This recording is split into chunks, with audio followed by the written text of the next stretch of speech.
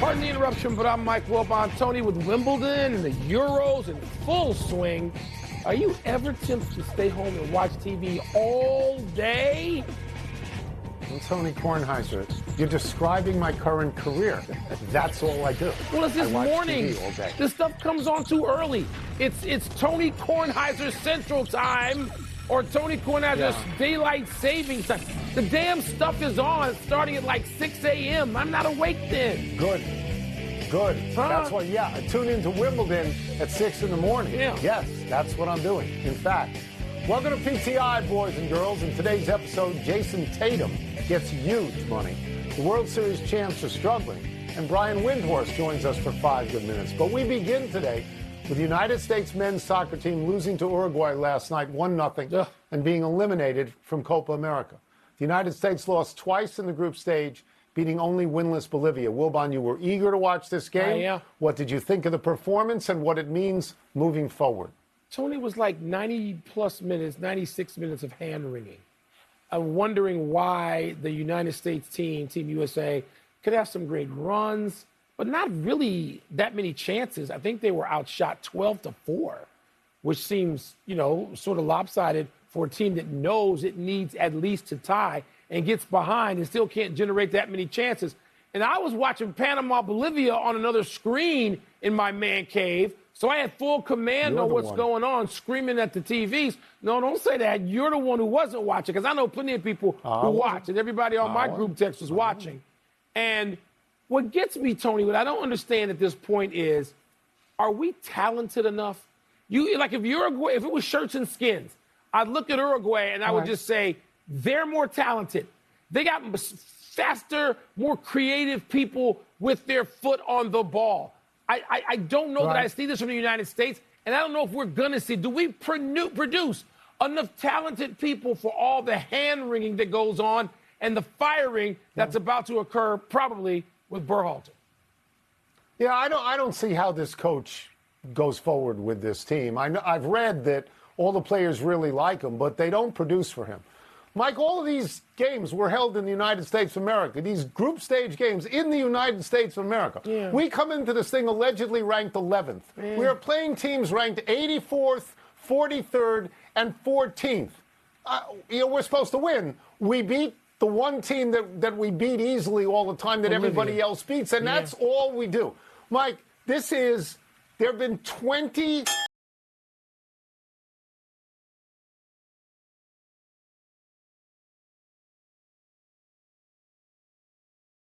soccer tournaments in the United States of America. 17 gold. Majority ownership group intends to sell. Are you confident these Celtics will be the team to beat for the coming 2 to 3 seasons? In the East, sure. I'm totally confident. Totally. Mike, they just won the NBA championship. They had more regular season victories than every other team in the league. The next team that was under them was 7 wins under, and that was both Denver and Oklahoma City. In the East, it was the Knicks, 14 wins under, right? I mean, the Celtics went out in the playoffs. They were 16-3, Mike, 16-3. They never lost more than 1 game in any particular round, and they've got all their players back. All of their starters are signed for at least 2 more seasons. Yeah. I mean, who do you think's going to beat them? Do you think the Knicks are going to beat them because they got Mikal Bridges? Maybe. Yeah, but they just said signed in Oklahoma City. Do you think Philadelphia is going to beat them because Paul George has never won anything is going to make Philadelphia great? I don't think that's the case. You know what, Mike? We have to wait and see Paul George's impact. We don't have to wait and see the Celtics' impact. We saw they won.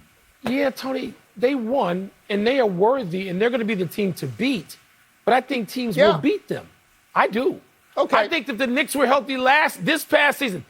The Celtics won 64 games. I'm going to give you my over-under for the Celtics for this coming season. 56? Because they're going to be better teams playing them every night. All right? Not just in the West, but in the East. Indiana's going to get a little better. There's some dogs in the East. I know that. But, Tony, no. I just think there are too many teams that I'm going to run out and say, look, nobody's repeated in a while in the NBA. Nobody. That's right. I mean, so the Warriors, when they were stacked, they were able to repeat. Bird, Parrish, McHale, and DJ couldn't repeat. Why do I think these guys are going to repeat? I don't. So I think they are the team to beat in terms of betting, BET. That's what I'm saying. ESPN bet. But man, and the Knicks. They have all their players. You were just hating on the Knicks. I don't understand I'm this. not hating. Mike, that's just not true. Boston's better. That's what I'm saying. All right. And if Porzingis gets out of this surgery healthy, Boston is a lot better. We're still waiting on that. That's what I'm saying. Yeah. Let's move to baseball. We are just past the midway point in games played, and the defending World Series champion Texas Rangers are 8 games under 500. They have lost 6 of their last 7, 16 of their last 25. They're 8 games behind Seattle in division, 5 games behind Houston. Texas manager Bruce Bochy says, quote, I really think we're going to come out of this in a really good way, unquote. Wilbon, to you. Yeah, a good way, fine. What does that mean? That's fine. Bochy said what I think is smart. I just think that's judicious. We're going to come out in a really good way. He didn't make any stupid guarantees or promises.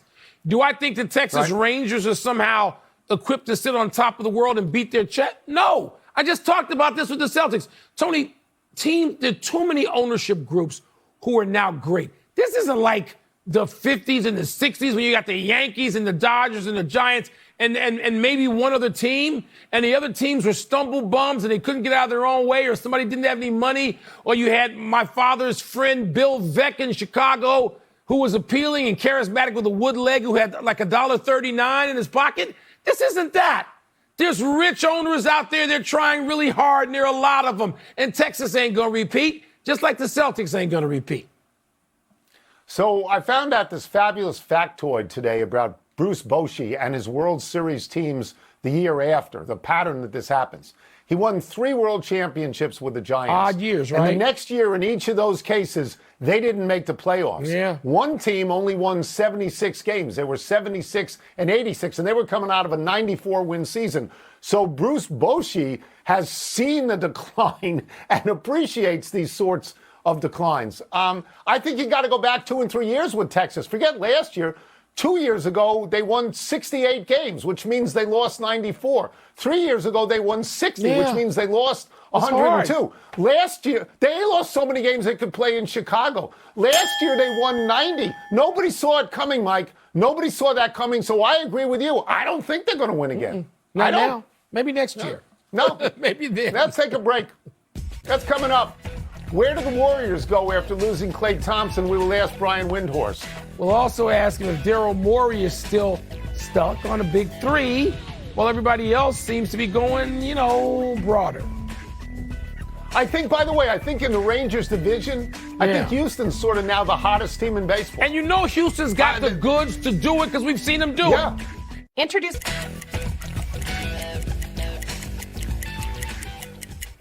It's been a busy start to NBA free agency. Here to help us sort through it is our great friend, ESPN senior NBA writer Brian Windhorst. Brian, let's start with this. The Warriors lost Klay Thompson, who is a stalwart of all those championship teams. They lost Chris Paul, who was there briefly. Me personally, I think it's over for them. I think that it's time to go to history on the Golden State Warriors. The Warriors, at least as we knew them. In your opinion, do they have any moves left? You may be right about them being out of contention for championship status. They do have some moves left. They did sign DeAnthony Melton yesterday. Now, I know that DeAnthony Melton, signing him the day that Klay Thompson leaves, feels a little limp. But that actually is a pretty shrewd signing. If he's healthy, he can really help them defensively. Plus, they're betting on Brandon Pajemski getting better. But really what you're asking me, is there a big trade? That's what you're really asking me. And the answer is yes, I believe they are in position to make a big trade. They own 4 first-round picks they can trade. They have a bunch of expiring salary. And they have some interesting young players. Now, they don't want to part with them. I don't know if that big trade is going to happen this summer. But that big trade could happen during the season or next year. They are armed with the ammo to get into the market for a big trade. They're dipping their toes in the water for Lauri Markkanen, which would be an interesting acquisition. That would be kind of a Porzingis type acquisition, but they may not get that done. But just, they do make big deals. Let's see what happens over the next few months. Brian, let's zero in specifically on Klay Thompson for a second. He said to LeBron, thanks, but no thanks. Sent to his dad, Michael, who I've known forever. Pops, thanks, but no thanks. Sent to his dad, Michael, who I've known forever. Pops, I love you, but Brian, don't tell me this is about state taxes. Why is Klay Thompson winding up with the Mavericks and not the Lakers? Because the Mavericks are a great fit. They are a championship contender today, not theoretically, not we'll see how it goes with the new coach, not if we make 3 other moves, not if they stay healthy. They're a championship contender today. Not to mention that, they have a spot where he can walk right into. You saw in the finals, they got plenty of three-pointers, but they just couldn't hit them. Those are now going to be Klay Thompson's shots. I wouldn't be surprised if he gets 400 to 500 spot-up three-pointers in this upcoming season. Wow. And you know that he is going to make a lot of them. Whether he shoots 37% or 41%, you know he's going to make a lot of them. And you know that he's going to thrive. And that was very clear. And Jason Kidd and Nico Harrison were sitting here in L.A. when free agency opened, and they said, here's our 5-point plan. Here's what you're going to do. Not only that, he knew for months he was not going to play for the Warriors. He knew it was over. So he spent the spring recruiting, scouting, watching where he was going to go. He watched the Mavericks play. So this just checked a lot of boxes. I do think the Lakers were in there. It wasn't like he didn't consider him. He did consider him, but the Mavericks made a ton of sense. Nico Harrison getting it done again. Let's go to Philly. Daryl Morey, of course, has landed Paul George to go with Misters Embiid and Maxey. Brian, I don't consider this a big three necessarily, but maybe Daryl Morey does. He still seems to love his stars. Can this model work? So I guess I'm asking you if with this roster, Philly can be at least top 3 in the East. At minimum, they got to be that, right? They can be. Look, I'm a little bit fatigued of the big Paul George acquisition in the summer. This is the 4th time in like the last 8 years he's been a big summer acquisition. Oklahoma City traded for him. Then they re-signed him. Big deal, big deal. Then the Clippers got him. Big deal. Now he's going to the 76ers. All of those places, he's had beautiful moments, and it hasn't worked out for various reasons. So I'm just going to step back and wait and watch. The reason I think that this is a special moment is that Philly only had one choice. It wasn't like there were 4 max free agents they could choose from. There was one guy available that they could offer, that they could truly try to get. It wasn't like Paul George had 10 choices. There was one team that really made sense for him that had the money to straight pay him. These sign-in trades or whatever, they rarely work. And that match between those two parties was perfect. It is exactly the type of player they need. He won't get in Maxey's way. He won't get in Embiid's way. You need a player like that to go up against the Celtics. And so if you're looking for a reason to talk yourself into why this match is going to work, it's because this pairing is really well set up. But I have been here before in July thinking that a Paul George arrival is going to change the face of the league. And we've seen moments we haven't seen that actually happen yet. Thank you for saying that, because that's what I would have said. It doesn't actually work. We'll get you out of here on this. A lot of contending teams have improved, some just by signing their own players and staying with them. Are there any teams out there that, in your opinion, have not done enough? Denver, tough spot. Look, when they lost Bruce Brown last summer, it was because they were constrained. There were rules against them. They just couldn't even match the offer when they lost Bruce Brown. This summer, there was nothing holding them back from paying Kentavious Caldwell-Pope other than the willingness of the owners to spend, the Kroenke family, and they just didn't. And look, like if you don't believe in investing in a 32-year-old, I guess you could try to sell that, but this is your window right now. The only team that solved the Celtics all year was the Nuggets. They were 2-0 against them. Had that been the finals, I'm not sure how it would have gone. And they have now let 2 key players in back-to-back years go out the door. Now, they have a bunch of young guys, and they believe they're going to step up, but you've got Nikola Jokic in his prime right now. Denver, looking at the competitiveness of the West, looking at what Oklahoma City did, looking how Dallas has improved, looking at Minnesota, looking at all that, they're taking steps backwards. And they are in a glorious championship window. And they're taking steps backwards because the ownership doesn't appear like they want to spend.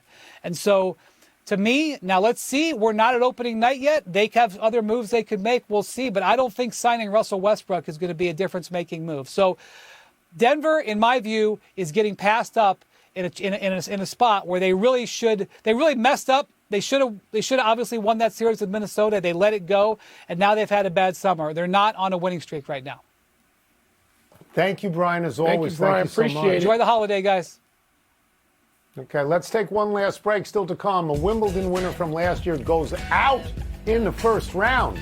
And Donovan Mitchell comes back to the Cavs. I got to tell Brian, I like the Four Seasons in Denver. I thought I was going to be spending more time at the Four Seasons in Denver. And then they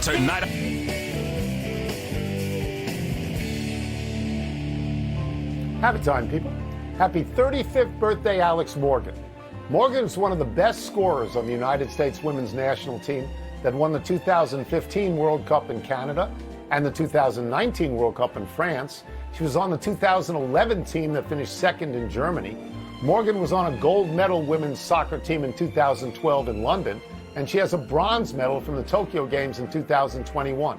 Morgan is fifth all-time in goals for the U.S. women's national team behind Abby Wambach, Mia Hamm, Carly Lloyd, and Christine Lilly. And last week, Morgan found out that the new coach, Emma Hayes, doesn't want her on the Olympic team in Paris. Sort of a stunner, but happy birthday. Well, I mean, Emma Hayes, is there controversy over this? I mean, I tell you what, Emma Hayes' team better win, right? And you're keeping somebody who's like in the GOAT conversation off the team. You'd better win, or you could be joining Berhalter. You could be. Happy anniversary, Mitch Williams. Around this date 31 years ago, the Phillies closer drove in the winning run in the bottom of the 10th to beat the Padres at the absurd hour of 4:40 in the morning. That's insane. It was the second game of a doubleheader that saw nearly 6 hours of rain delays in the first game. The crowd actually started growing in Game 2 as the area bars were closing and lights at the Vet drew curious Philadelphians, some admittedly inebriated. Sometime after 3 a.m., manager Jim Fragosi's wife Joni woke up and realized her hubby wasn't there. Concerned, she called the clubhouse and was told Fragosi couldn't come to the phone as he was in the dugout managing. She didn't believe it until she turned on the TV to see for herself. It's pre-cell phones. Call the clubhouse. Were you at the Capitals Islanders like 4 overtime game or whatever it was? No. That went to like 3 in the morning, Easter morning? Yes. And like people who had been to a formal left and came back in their tuxedo and gown? These things go on too long. There should be stoppage at some point, a curfew. Get out of here. That's why you should run the world. Happy trails to Wimbledon defending champion Marketa Vondrousova. We're through one round, and last year's women's winner is out.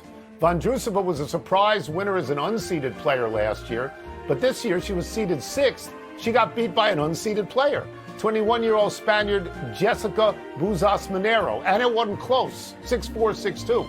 It's Monero's first win in a Grand Slam and first win on grass in a pro tournament. On the men's side, your boy Novak Djokovic rolled in straight sets, and Andy Murray withdrew from the singles play, but he will play doubles. Apparently the last champ to lose in just this fashion was Steffi Graf. And she lost to Lori McNeil. And I don't remember Steffi going out that early because she was so great so consistently. It just seems like, whoa, over time you forget it. Go out and when you won, you go out in the first round to an unseeded player. That doesn't happen a lot. Let's go to the big finish. Let's do it. Donovan Mitchell and the Cavs agreed on a 3-year, $150 million max extension. Your thoughts? How can you ever be critical of a guy signing for $50 million a year? A little surprised. I thought he might go elsewhere, but $50 million a year, that seals it, doesn't it? The Stros, the aforementioned Astros, have won 9 of 10. How significant? Didn't I talk about this about 5 minutes ago? That I said they were the hottest team in baseball? That's what I think I said. The Miami Marlins are moving on from former American League batting champ Tim Anderson, who you know well. Does that make sense? What happened to Anderson? He's just fallen off the table from a guy who was supposed to lead a team and be maybe a really good hitter on a World Series caliber team. To just out. Nationals top prospect James Wood singled in his major league debut. We break that down, Mr. Nats. Yeah, I think it was a 1-2 count. He worked it to 3-2 when he got Wood on the ball and he got a single. He got a standing ovation before he even batted, which was nice, but the Nats lose. Last one, WNBA tonight, Leafs and Liberty. Who you got? Numbers 1 and 3 teams in terms of winning percentage in the league. I got a clicker. I'm going to watch that game. No big soccer for me tonight. That's I'm watching gutless. So gutless. Pick the Liberty, I-95. We're out of time. Try to do better the next time. I'm Tony Kornheiser. that. I'm Mike Wilbon. Same time tomorrow, Knuckleheads. You can get the podcast on the Apple Podcast. I don't have an ESPN bet